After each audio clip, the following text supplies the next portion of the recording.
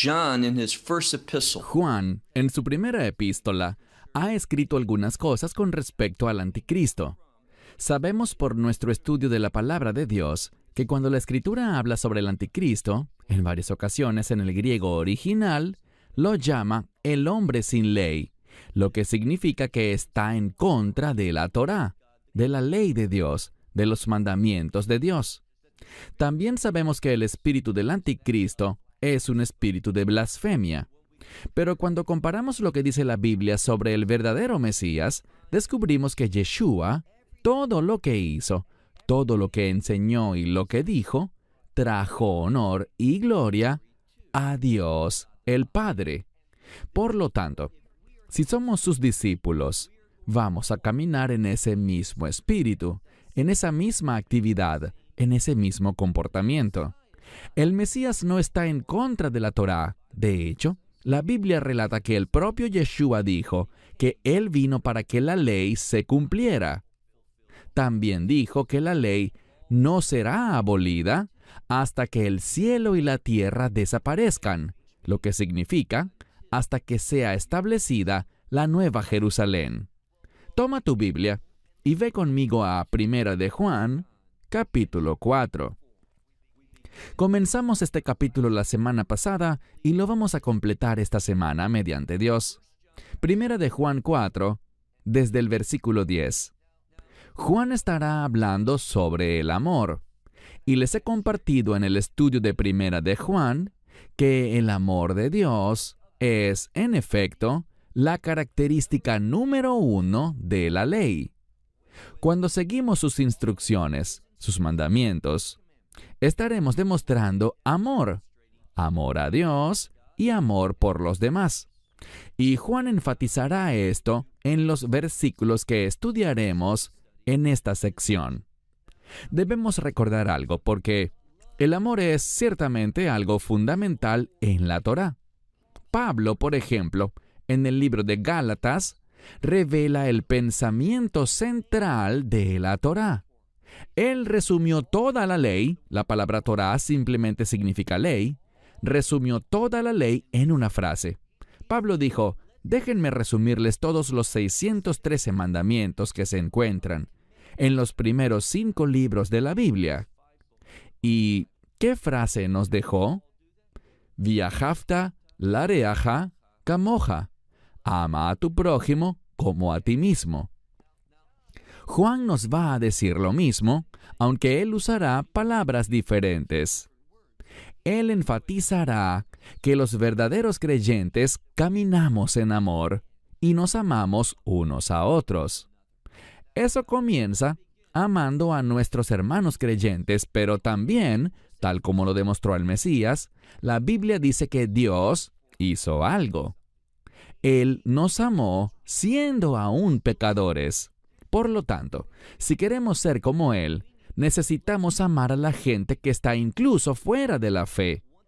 Queremos lo mejor de Dios para ellos, guiarlos a experimentar la voluntad de Dios. Por supuesto, eso comienza con el arrepentimiento y aceptar el Evangelio, y queremos ser una influencia para que eso ocurra. Pero en el estudio de hoy, vamos a ver el énfasis que Juan, en esta primera epístola, coloca en lo que yo llamaría un fundamento de la Torá: amarnos unos a otros. Dicho esto, toma tu Biblia y ve conmigo a Primera de Juan, capítulo 4. La primera epístola de Juan, capítulo 4, comenzando donde lo dejamos la semana pasada, en el versículo 10. Y voy a traducirlo en primera instancia de manera muy literal, según el orden de las palabras en el texto griego, y luego lo explicaremos un poco. Dice, en esto está el amor. Lo diré de nuevo. En esto está el amor. En español diríamos, el amor consiste en esto. Simplemente hablando sobre el amor verdadero, el amor que viene de Dios, para distinguirlo del amor según la perspectiva del mundo. Lo que piensan cuando escuchan el término amor. En realidad, a menos que conozcas los mandamientos de Dios, realmente no sabrás qué es el amor. Son los mandamientos de Dios los que nos enseñan nuestras responsabilidades hacia Dios y hacia los demás. Por nuestra cuenta, habría muchas cosas que no haríamos y no pensaríamos. Así que los mandamientos de Dios nos enseñan, revelan y manifiestan nuestras responsabilidades ante Dios y nuestras responsabilidades unos con otros. Por lo tanto, Él dice, el amor consiste en esto. Aquí nos está enseñando qué es realmente el amor verdadero, el amor bíblico, el amor que viene de Dios. Y dice, no que nosotros hayamos amado a Dios. La verdad del asunto es esta. Por nuestra cuenta, no sabemos cómo amar a Dios. No vemos un amor verdadero, un amor piadoso, un amor que agrade a Dios, en cómo la gente demuestra su amor por Dios, especialmente cuando miramos a los no creyentes. La única manera en que realmente podemos entender el amor de Dios no es a través de alguna otra religión o alguna otra doctrina, sino solo por lo que la Biblia revela concerniente al Evangelio. Y por eso leemos aquí, sino que Él nos amó a nosotros, no que nosotros hayamos amado a Dios. Así no comenzó a manifestarse, definirse ni demostrarse el amor, sino en cambio, en que Él nos amó a nosotros. Y cuando dice que Él nos amó, debemos entender uno de los matices importantes del tiempo verbal en el idioma griego. Si aplicáramos el entendimiento de los tiempos verbales en español a esto, significaría que Dios nos ha amado y punto. Se acabó. Él ha entregado su amor y está completo, terminado. Fin del asunto. Obviamente sabemos que eso no es lo que ocurrió. El término aquí, el aoristo para el tiempo pasado, en el idioma griego, habla sobre el amor en su totalidad, el amor a plenitud, amor demostrado completamente. Si quieres conocer el amor completamente, el amor en su totalidad, a plenitud, entonces podemos leer esto para entenderlo, y aquí hay un ejemplo. No que nosotros hayamos amado a Dios, sino que Él nos amó a nosotros. ¿Y cómo demostró ese amor? En que envió a su Hijo, y noten la siguiente palabra, a su Hijo en propiciación. Si estás usando una Biblia que dice expiación, consideraría seriamente dejar esa Biblia a un lado y buscar otra traducción, porque la palabra expiación implica simplemente una cobertura para ocultar el pecado. El beneficio de eso es que, en lugar de que el juicio de Dios venga, la expiación retrasa el juicio de Dios. Pero si se deja en esa condición, el juicio vendrá. Así que la expiación tiene algunos beneficios, pero es limitada. ¿Qué es mejor? Lo que vemos aquí, la propiciación. Esa palabra está estrechamente relacionada con otra palabra, y esa es redención. La redención es la paga de un precio para que el pecado sea tratado completamente, en su totalidad. Y no solo estará cubierto, sino que habrá sido removido. Ya no es parte de la ecuación, la conversación, la situación, la realidad. Ha sido eliminado, ha sido pagado, ha sido redimido. Eso es lo que significa la propiciación. Dios ha demostrado su amor para con nosotros porque se ha encargado perfecta y completamente, en su totalidad, del problema del pecado. ¿Y cómo lo hizo? Muy sencillo. Envió a su Hijo para que su Hijo fuera la propiciación por nuestro pecado. Aunque dice nuestro pecado, vamos a ver algo. Que la obra del Mesías fue suficiente para todos los pecados. Si eres parte de una congregación, un liderazgo, que enseña una expiación limitada, es decir, que la obra del Mesías en esa cruz, su obra de redención, esa propiciación, fue solo suficiente para cubrir los pecados y tratar con los pecados de aquellos que lo recibirían, eso es una falsa doctrina. La sangre del Mesías es suficiente para todos los pecados del mundo. Ciertamente los únicos que se beneficiarán de su obra son aquellos que crean en Él y reciban la verdad, que acepten el Evangelio. pero su obra es suficiente, totalmente suficiente. El hecho de que alguien hable de una expiación limitada y use esa palabra expiación es altamente problemático. Eso demuestra que no entienden ni siquiera qué significa la expiación, así que me mantendría lejos de esas enseñanzas. Verso 11. Amados, así Dios nos ha amado. Está hablando con creyentes porque les dice amados. Y aquí, algunos traducen esto como, si Dios nos ha amado así, pero deberíamos entender esta palabra como un ya que, porque Dios ha demostrado su amor para con nosotros, y debido a eso, amados, ya que Dios nos ha amado así, porque nos ha amado perfectamente, y ha tratado con nuestros pecados, siendo la propiciación, la única propiciación por el pecado, dice, también nosotros debemos, unos a otros, amarnos. Seguí el orden literal de las palabras en griego porque cuando hacemos eso, verán, la mayoría de las Biblias dicen debemos amarnos unos a otros, pero aquí dice debemos unos a otros amarnos. El énfasis aquí está en unos a otros. Lo leeré de nuevo para que noten la diferencia. Dice, debemos unos a otros amarnos. La palabra unos a otros aparece antes de amarnos. Y eso es para enfatizar cuán amplio, cuán inclusivo debe ser nuestro amor, no solo por aquellos que son amables con nosotros, ni siquiera solo por los demás creyentes, sino por toda la humanidad.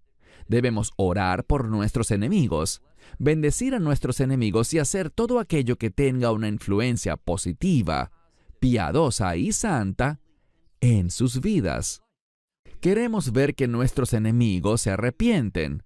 Queremos verlos confesar sus pecados y recibir redención para que puedan nacer de nuevo, convertirse en nuestros hermanos y hermanas, para que pasen la eternidad con nosotros, y más importante, con Él, en el reino de Dios. De nuevo leemos, amados, ya que de esta manera Dios nos ha amado, también nosotros debemos, unos a otros, amarnos. Verso 12. La primera palabra del verso 12 es la palabra Dios, pero esta palabra aquí no está siendo usada como el sujeto de la oración. En español tendríamos que traducirlo de manera diferente. Tendríamos que decir, nadie ha visto jamás a Dios. Pero aquí está el problema. En el texto griego, para enfatizar la importancia de lo que Juan está revelando, la palabra Dios viene primero. Es problemático en español, en nuestra forma de pensar. Pero lo que quiere hacer es decir, nadie en ningún momento ha visto a Dios. Ahora, ¿por qué se está colocando Dios aquí de una manera tan enfática? Bueno, esto es lo que tenemos.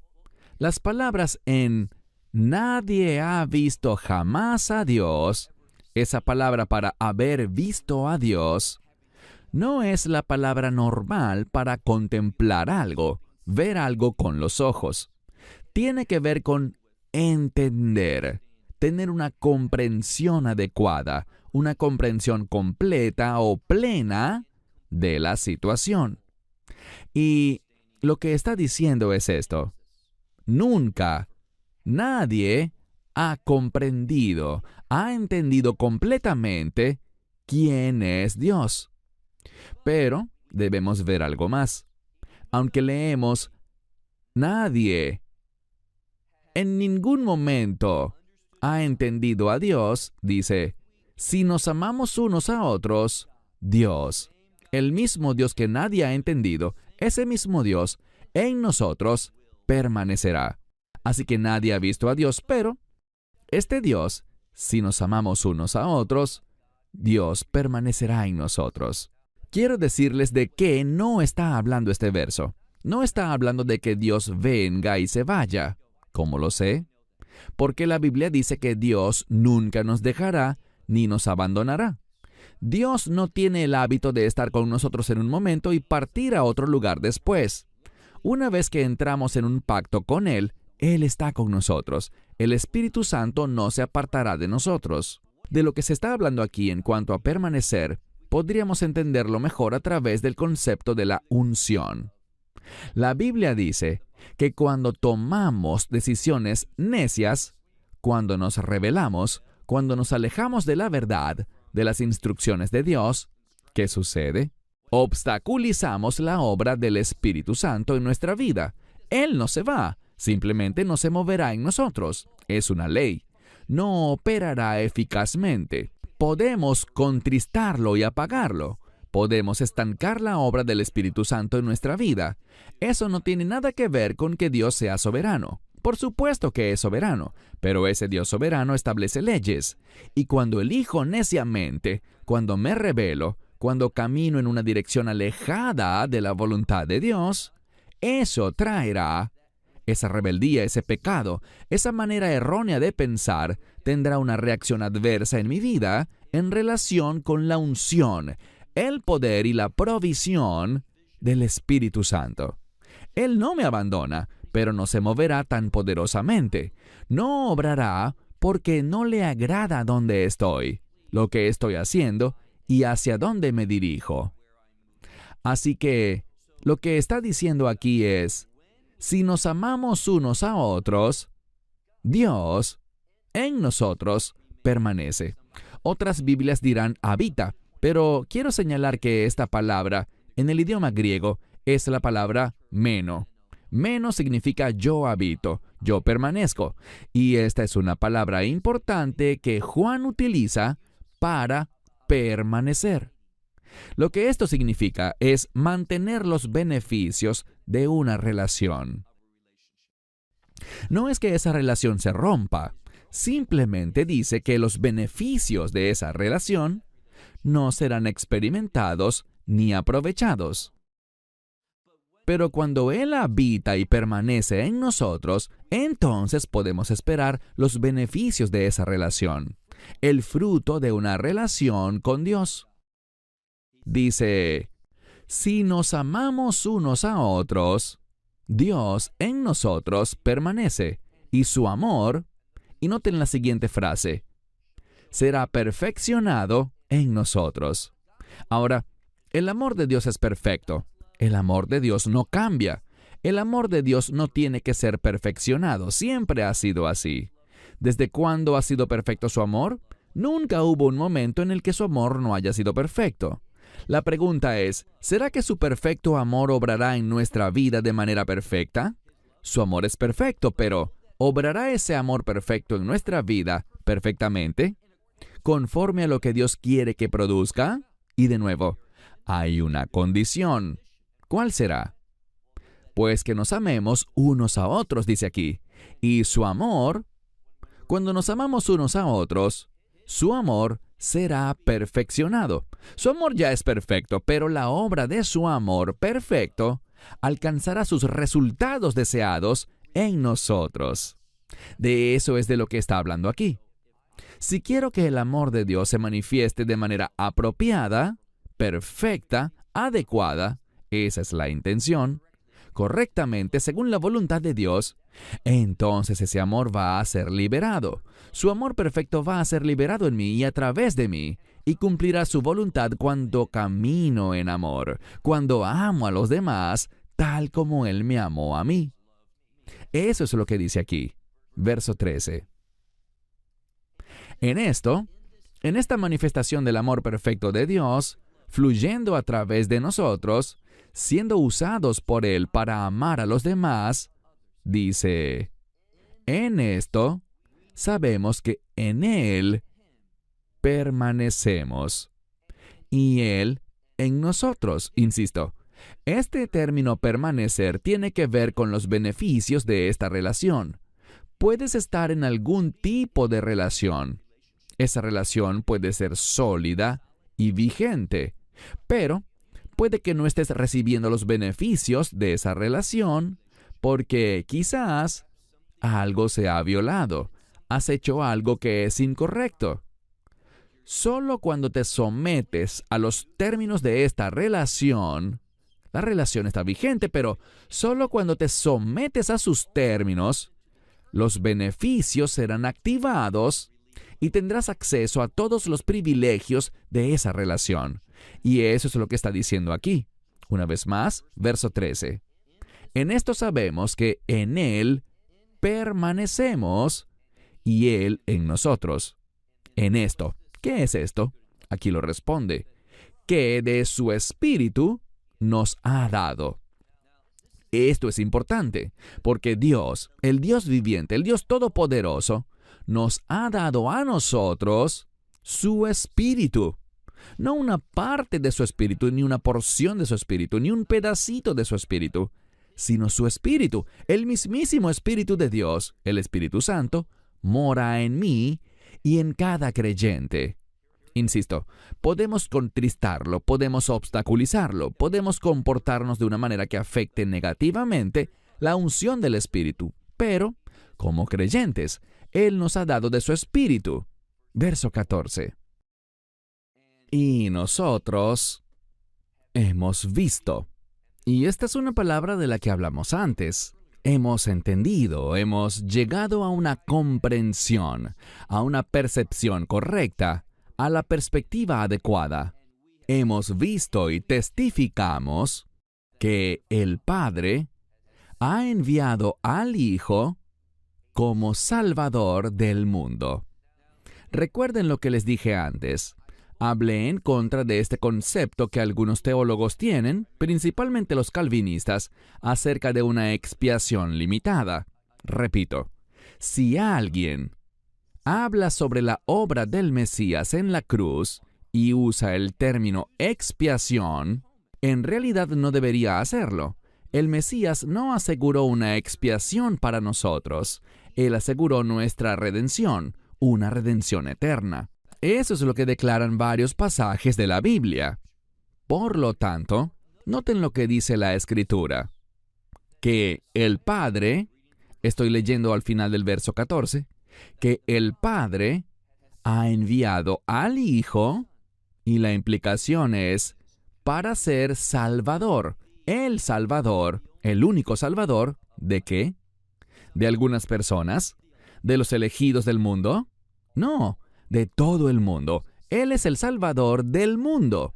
Ahora bien, solamente porque el pago sea suficiente, completo, poderoso y amplio, no significa que todos en el mundo experimentaran la salvación.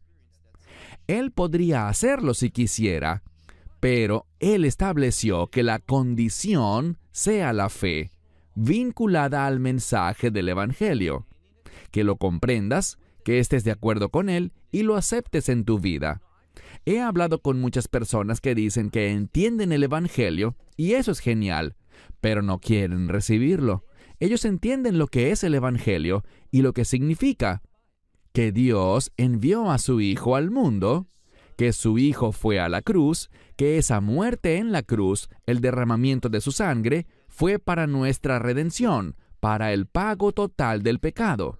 Y que Dios confirmó esa obra, que fue suficiente, perfecta, aceptable para Dios el Padre, al resucitar a su Hijo de entre los muertos. Esa es la prueba de ello. Ellos dicen, yo lo entiendo, pero no quiero recibirlo. Así que aquí no se trata solo de recibirlo, sino de creerlo. Dice aquí, hemos entendido, hemos visto y hemos testificado que el Padre envió al Hijo para ser Salvador del mundo. Y luego miren el verso 15. Aquí está la condición. Quien quiera que confiese. Esto está en modo subjuntivo, que es el modo condicional.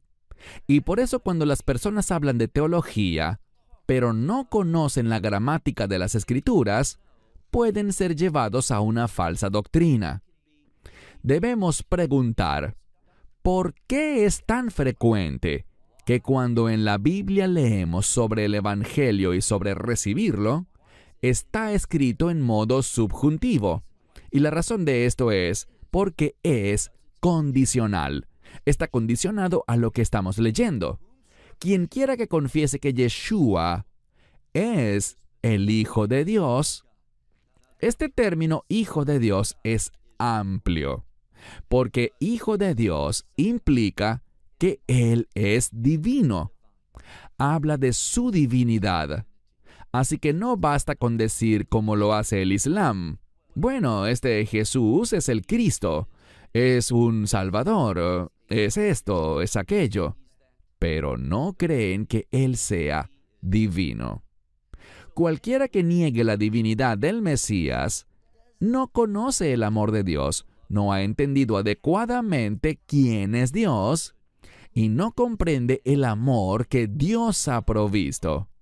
Solo aquellos que confiesen que Yeshua es el Hijo de Dios, Dios en Él, en este que lo confiesa, Dios en Él, y vemos la misma palabra, permanece o habita. Es decir, éste conocerá los privilegios y beneficios de una relación de pacto. Puedes estar en una relación de pacto con Dios, pero debido a tu rebeldía, a tu falta de fe, a que has creído falsedades, no conocerás los beneficios ni experimentarás los privilegios de ese pacto. Luego dice al final del verso 15, y Él en Dios. Así que Dios permanece en nosotros y nosotros permanecemos en Dios. Como dice aquí, y Él en Dios. Verso 16. Y nosotros hemos conocido y creído. Esto significa que lo hemos conocido en el pasado, lo conocemos ahora y continuaremos conociéndolo. Nada cambiará nuestra perspectiva. Por lo tanto, lo conocimos y creímos en el pasado, lo creemos ahora y continuaremos creyéndolo. ¿Y a qué se refiere? Hemos conocido y hemos creído el amor que Dios tiene en nosotros. Me gustan los términos que Dios tiene en nosotros. No es que Dios simplemente nos ame desde la distancia, sino que ha puesto ese amor en nosotros. Es lo que dice la Escritura. Lo leeré de nuevo. Y hemos conocido en el pasado, presente y futuro. Hemos creído igualmente pasado, presente y futuro. El amor, este amor único, el amor de Dios, que Él tiene en nosotros. Segunda mitad del versículo 16. Dios es amor, y el que permanece en amor, en Dios permanece. Así que si quiero el beneficio de estar en una relación de pacto con Dios, depende de que yo camine en amor. Y nuevamente, como dijimos antes, eso me será enseñado a través del estudio de los mandamientos de Dios. ¿Somos salvos por los mandamientos? Definitivamente no. De hecho, Pablo enseña en Romanos que, para un no creyente, lo que la ley hace es dos cosas. Primero, manifiesta nuestra pecaminosidad. Dios dice, no hagas esto, y ese no hagas despierta, levanta, activa mi pecaminosidad. Sé que Dios dice que no lo haga, pero quiero hacerlo. Y a la vez, Dios dice, haz esto, y no quiero hacerlo. Eso demuestra nuestra rebeldía, nuestra desobediencia, nuestra pecaminosidad. Es lo primero que hace la ley. En segundo lugar, me dice que no puedo salvarme a mí mismo y necesito un Salvador porque la ley no puede salvar. En ningún lugar de la Escritura vemos que la ley sea un instrumento de salvación o justificación. Así que la Torá nos enseña nuestra necesidad de salvación. Eso es lo primero. La salvación sucede primero y luego la regeneración. La salvación nos conduce a convertirnos en una nueva criatura. Es falso, insisto, el calvinismo está equivocado cuando dice que la soberanía de Dios regenera a alguien, que Dios provoca que alguien se convierta en una nueva criatura y luego aceptará el Evangelio. Para ellos la persona se convierte primero en una nueva criatura para luego aceptar el Evangelio. Pero la Biblia dice cosas como esta. Si alguien está en el Mesías, es una nueva criatura. No dice que si alguien es una nueva criatura se verá a sí mismo convirtiéndose al Mesías. Es algo muy diferente y muy incorrecto. La salvación conduce a la regeneración. sucede en el momento en que eres salvo. Allí es cuando la regeneración ocurre. Pero no es que la regeneración suceda primero y te lleve en algún momento posterior a confesar al Mesías. Eso es incorrecto. Por eso leemos en la segunda parte del versículo 16, Dios es amor, y el que permanece en amor, en Dios permanece, y Dios en él. Y por lo tanto, habla de un beneficio. Mira el versículo 17. En esto, dice, el amor es perfeccionado con nosotros. ¿Qué significa que el amor es perfeccionado? Esa misma palabra puede significar que alcanza o llega a la plenitud. Lo diré de nuevo. Esa misma palabra para perfeccionado significa que puede llegar a su condición adecuada, a su estado adecuado. Llega al final que Dios pretendía. Lo que encontramos es esto. El amor de Dios fue demostrado a través del Mesías, que es completamente Dios y completamente hombre a la vez. Entonces, era un hombre, el Mesías Yeshua, y por supuesto que siempre ha sido divino. Nunca hubo un momento en que no fuera divino, pero cuando la Biblia habla del Hijo del Hombre, lo presenta como un ejemplo para la humanidad. El amor de Dios fue manifestado a través de Yeshua, por lo que hizo en la carne, en su carne. Él nunca pecó. Por lo tanto, de la misma manera estamos llamados a vivir una vida. ¿Qué vida? La vida del Mesías.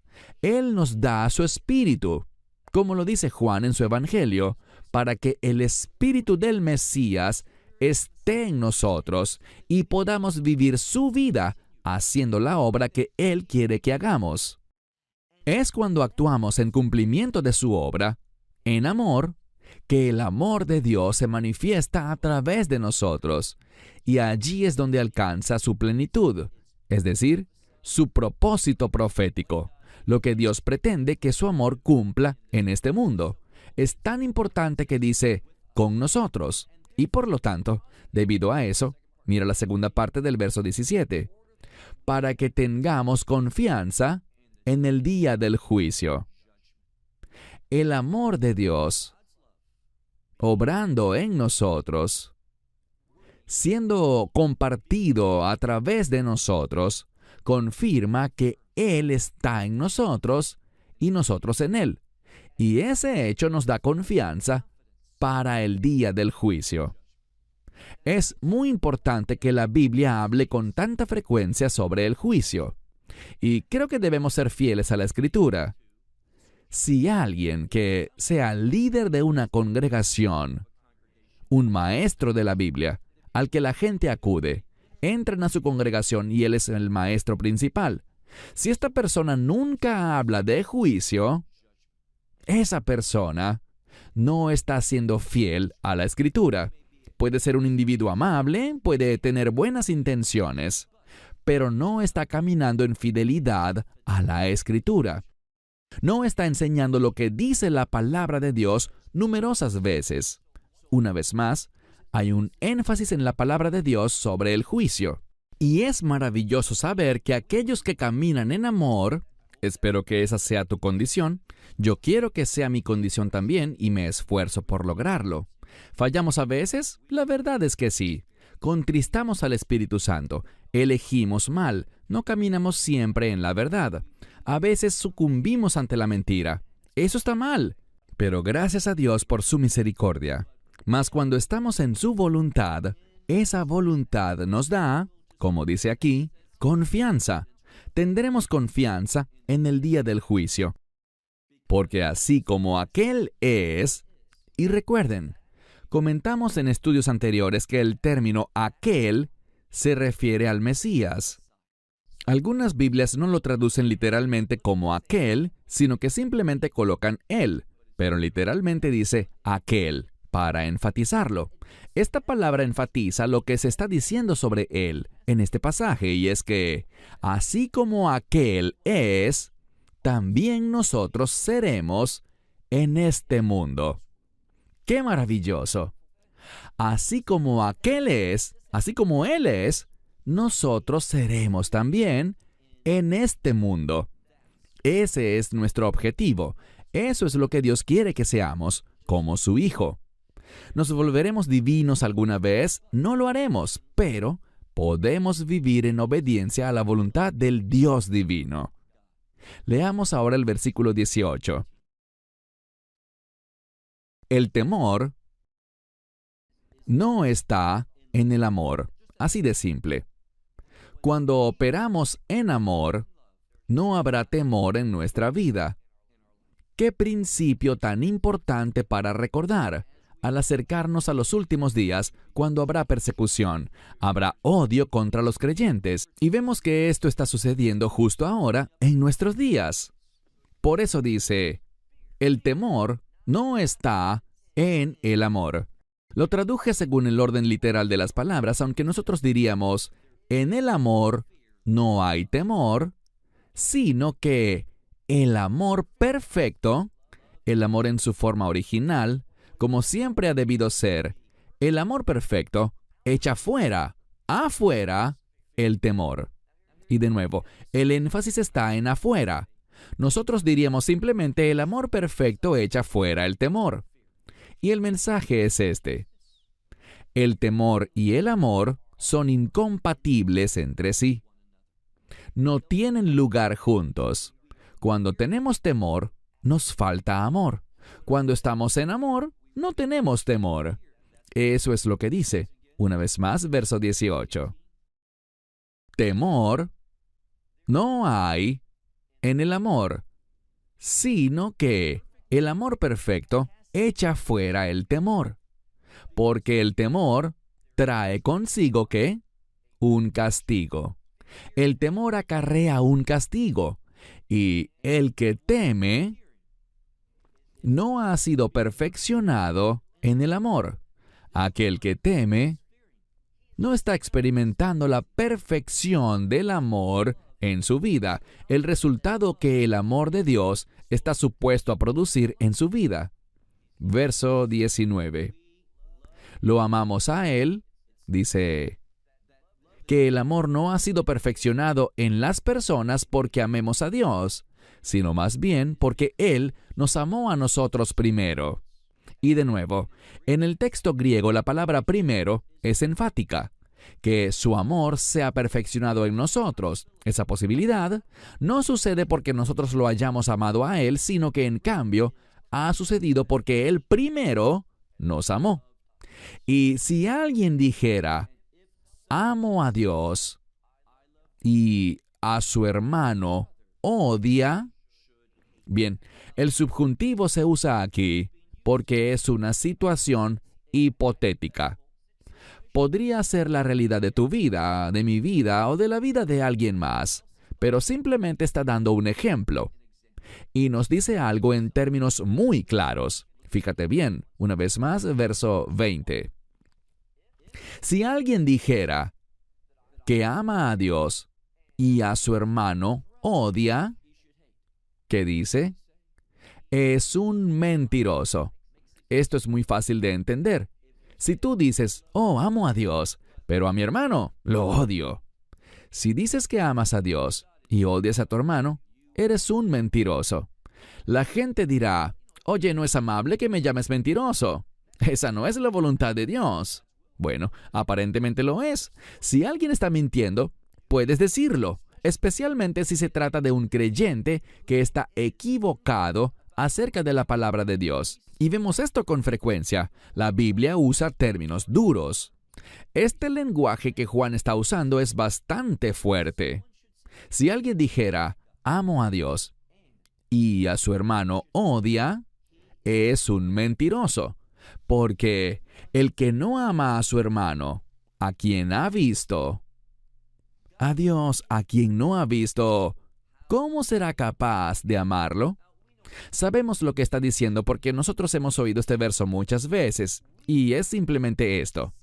No hemos visto a Dios, no hemos podido comprender completamente a Dios. Así que si decimos que lo amamos, pero odiamos a nuestro hermano, a quien sí podemos ver, eso es todo, estamos equivocados. No estamos caminando en la verdad de la Escritura. Una vez más leemos, porque el que no ama a su hermano a quien ha visto, a Dios a quien no ha visto, ¿cómo será capaz de amarlo? Versículo 21. Este último versículo, el 21, es muy importante porque nos lleva de vuelta a ese fundamento de la Torá que sostiene todo. Y dice aquí, versículo 21, y este es el mandamiento que tenemos de él. Lo diré de nuevo. Y este mandamiento tenemos de él, que el que ama a Dios debería también amar a su hermano. Cuando dice debería, no es una sugerencia. En español podríamos entenderlo así, pero en el lenguaje bíblico está hablando de una condición. Aquel que dice, amo a Dios, leámoslo literalmente. Y este mandamiento tenemos de Él. ¿De quién? De Dios.